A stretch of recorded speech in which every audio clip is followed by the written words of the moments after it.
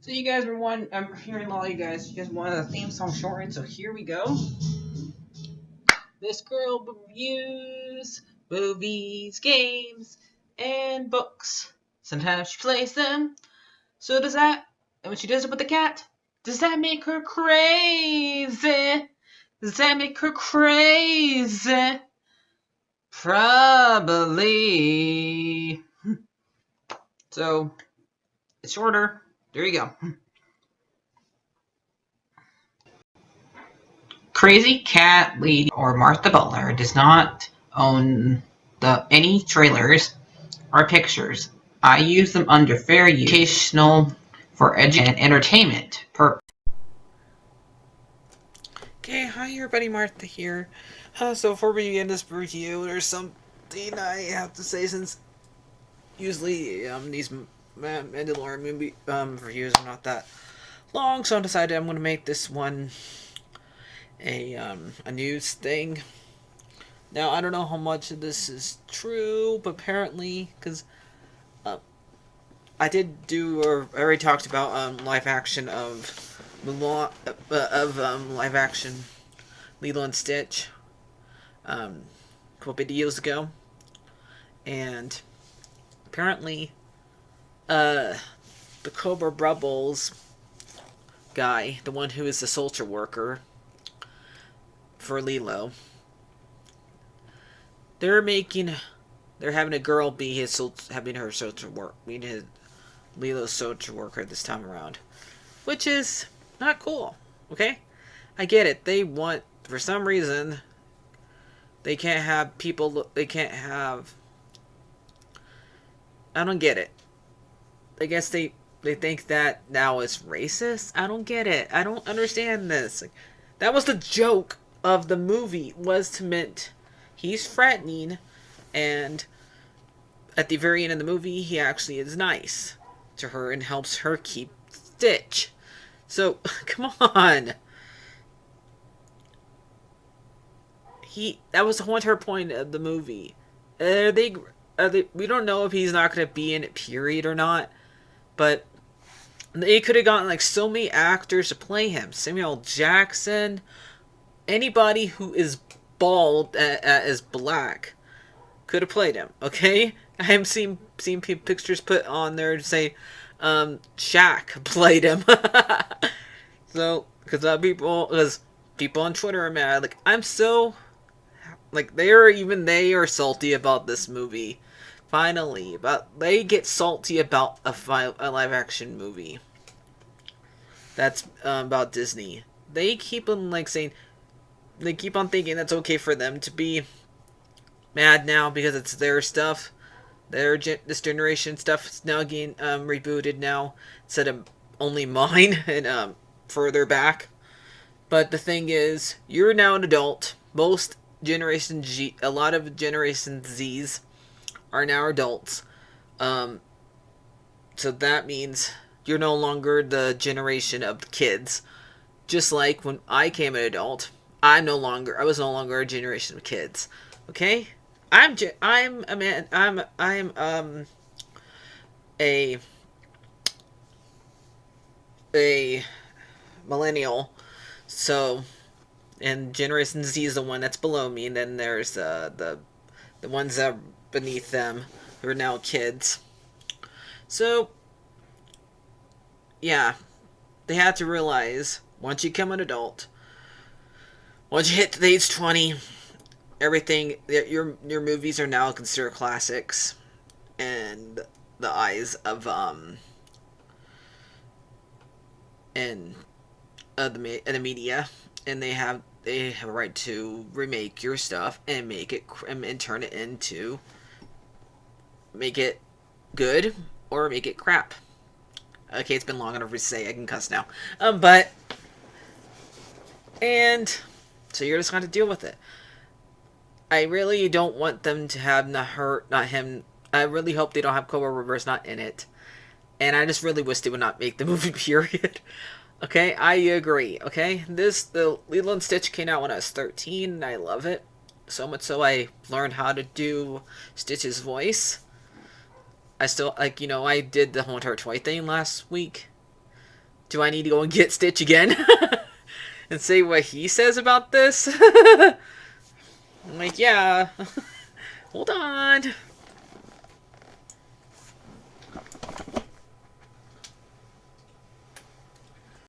So, Stitch, what do you think about no cover bubbles?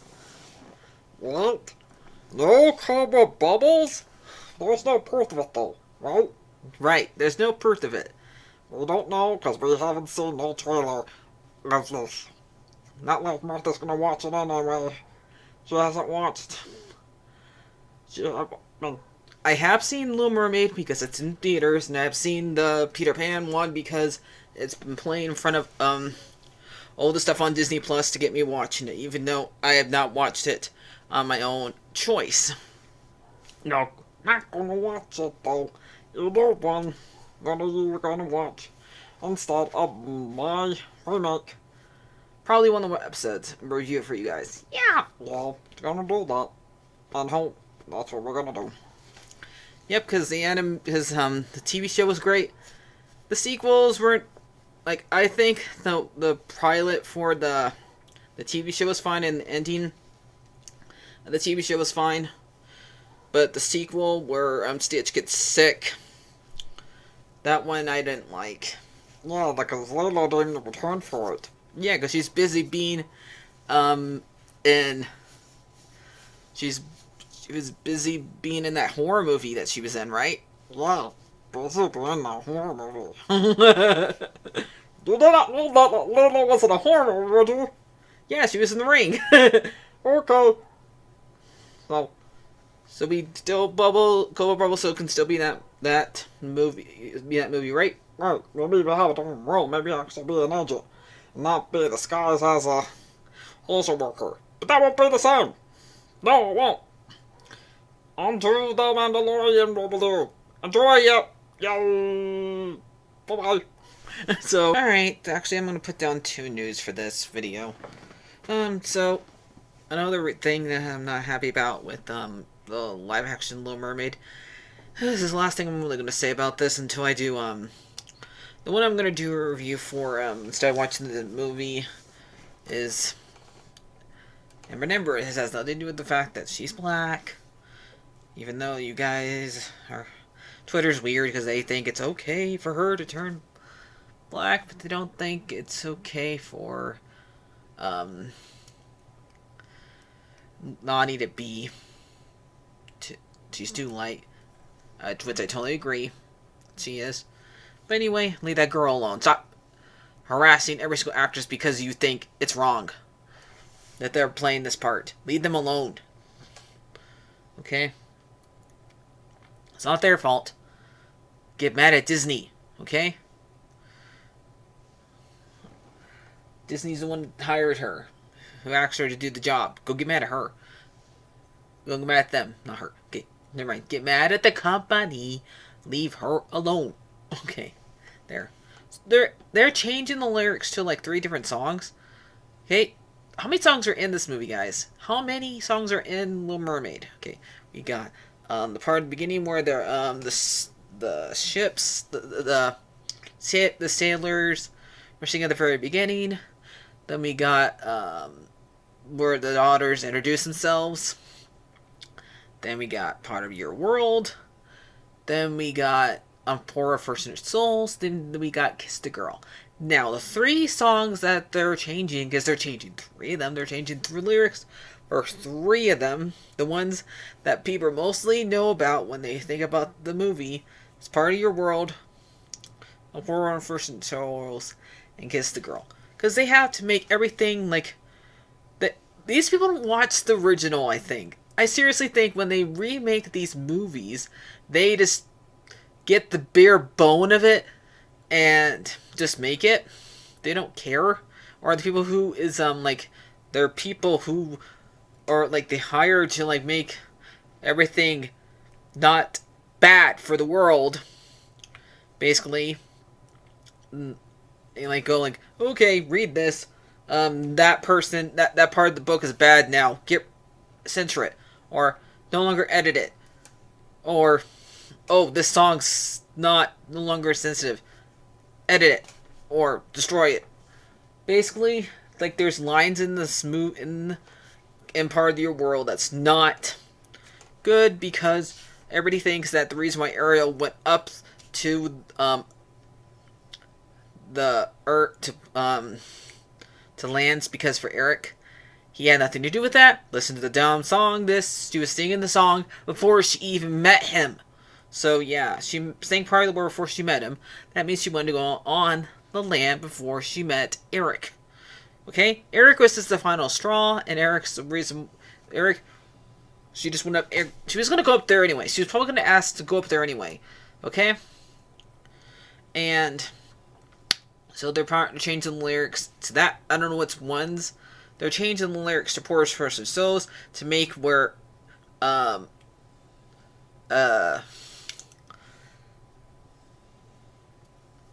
Ursula does not manipulate Ariel through like body language and like that, but she's the bad guy. She's supposed to manipulate the protagonist, and they're also going to change the lines to Kiss the Girl, because they think that Eric is forcing herself upon Ariel.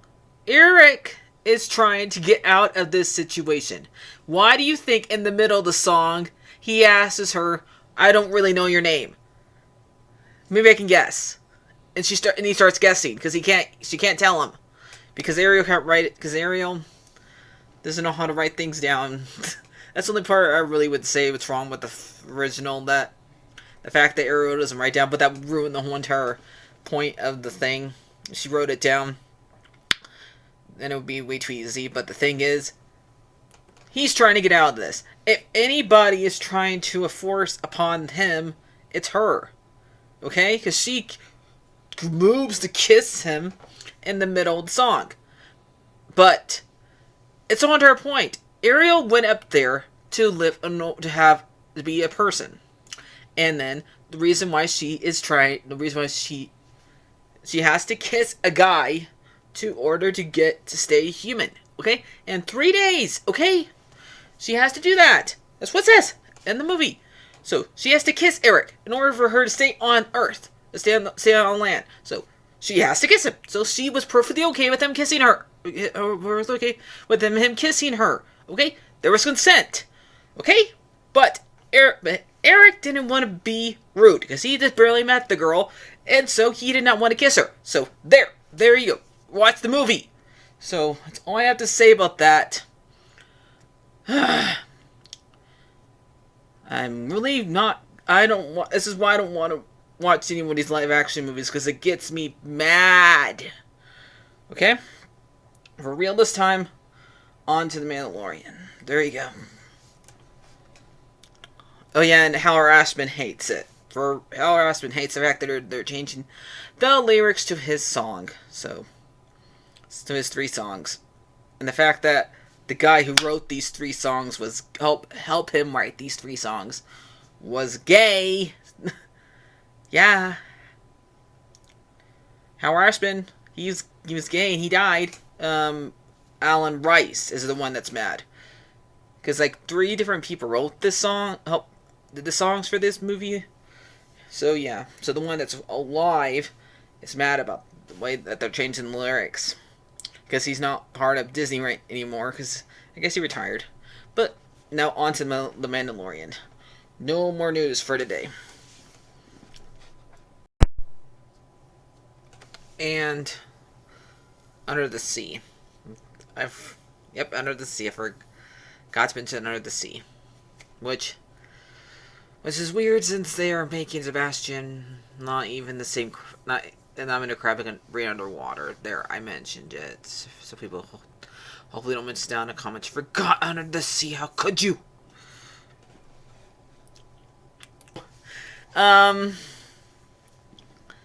Hold on, I gotta let the dog in. Alright, I'm back. Okay, so we got to talk about, basically, this is episode 8 of season 3 of Mandalorian, and this episode was the finale for this season. I know there's a stupid rumor out there that thinks this might be about me,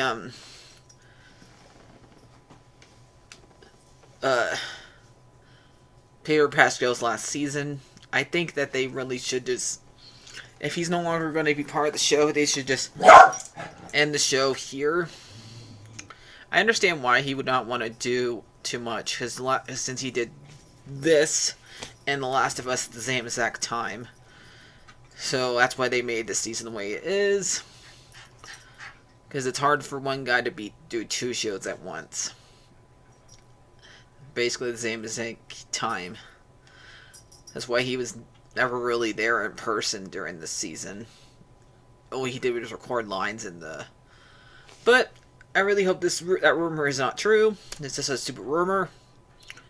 Bo-Katan's fine. She can have her own show if she wants to, but not replace somebody.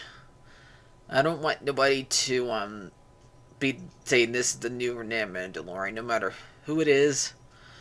I just really want the show ends here fine, because I think it's fine. It doesn't really need to continue from here. They can have another Star Wars show if they want to. But anyway, what happens here in this episode? He doesn't die.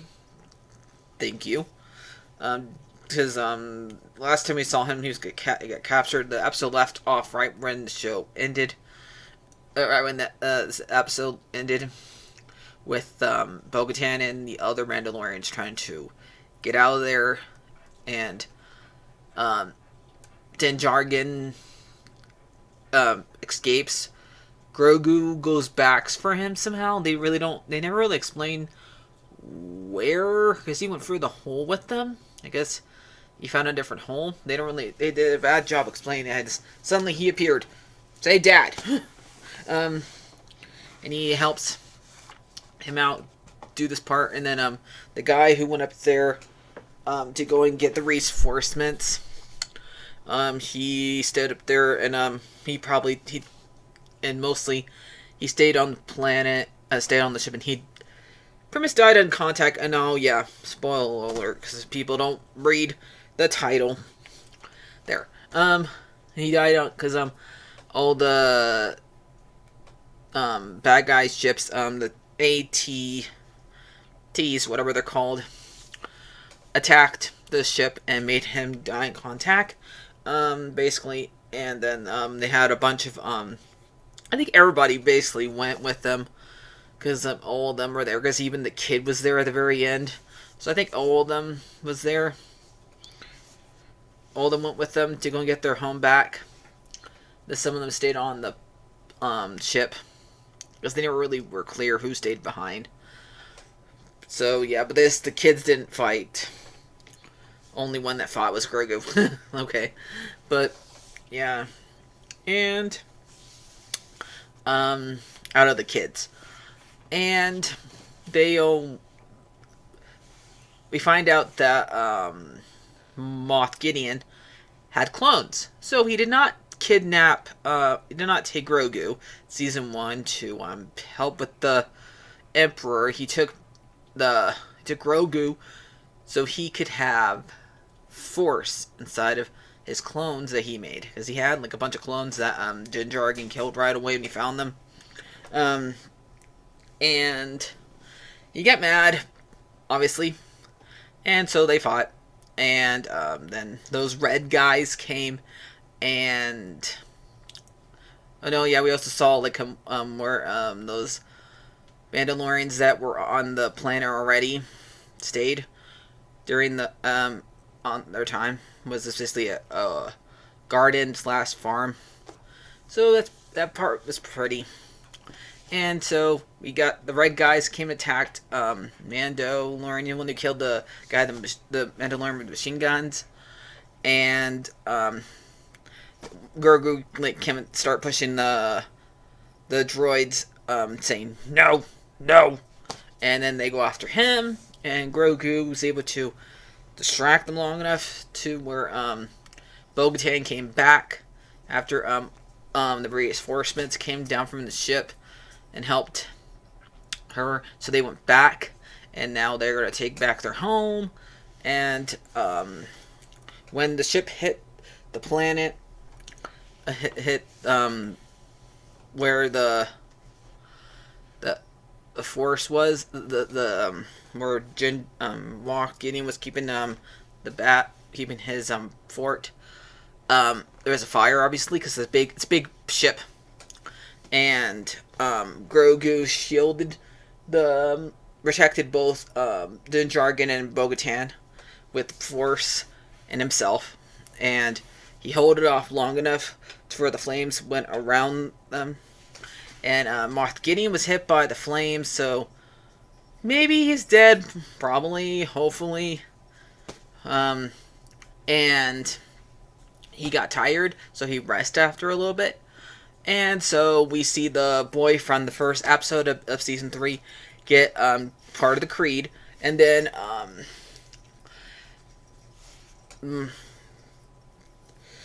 Din Djarin asked the armored blacksmith lady if Grogu can get part of the Creed too, but he said he cannot talk. She said he cannot talk, so therefore he cannot become part of the Creed.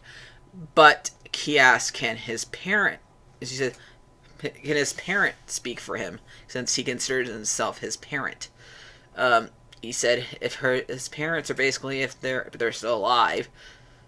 We don't know where they are, but then he says, I'm gonna adopt Grogu,